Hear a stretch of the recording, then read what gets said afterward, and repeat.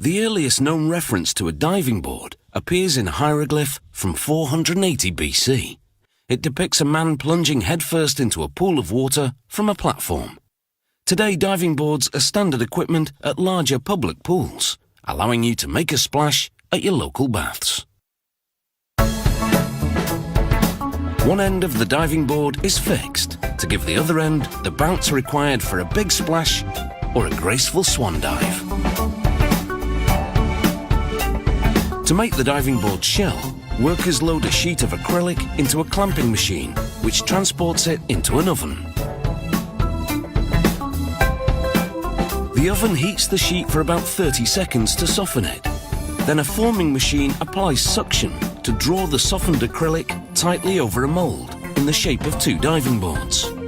Fans blow cool air, hardening the acrylic to this shape within seconds. They extract the moulded acrylic, then saw it in half to separate the two diving board shells. They coat the shell surface in a resin and fiberglass mixture. This tool is called a chopper gun because it chops and shreds the fiberglass string, then shoots it out drenched in resin. They roll it to compress the fibers and push out air pockets. Any trapped air would create a weak spot in the diving board. After letting the resin dry and harden for 30 minutes, they begin filling the shell cavity with half-centimetre thick fiberglass mat.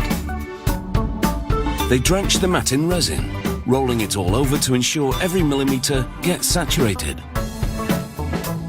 Then they lay down another fiberglass mat, this one a bit thinner, and soak it with the existing resin. The diving board's core is made of laminated wood, which is several thin layers of wood glued together. Laminated wood is stronger than a solid piece of wood. After rounding the top edge, they lay two wood laminate cores over the resin-saturated fiberglass mats. They position clamps to hold the cores in place. But before tightening, they insert metal spacers to ensure the cores are correctly positioned within the shell. Once the positioning is perfect, they tighten the clamps and let the resin cure at room temperature for half an hour or so. Then the clamps are off, and workers cover the cores with an even thicker fiberglass mat, impregnated with resin.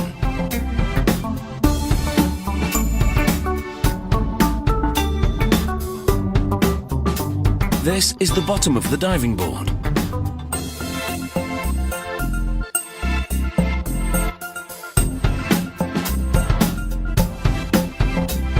They make sure the mat is centered. Then manually form it to the shape of the board, pushing out air pockets as they go.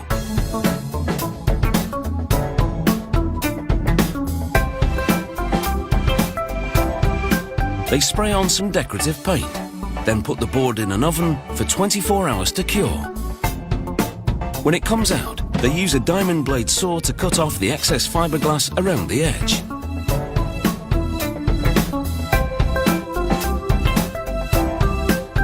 Then they do a final trimming to make the edge neat and smooth.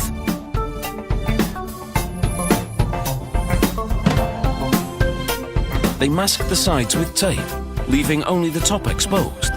This is where they'll now apply a rough texture, a safe, non-slip surface.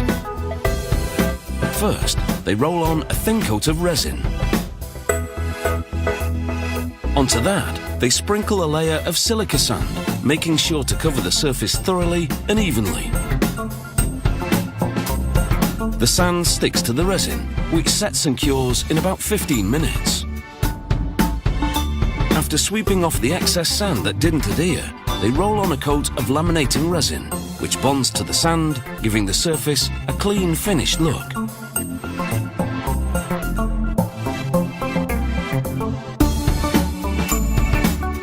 They pull off the tape and apply the manufacturer's label to the side.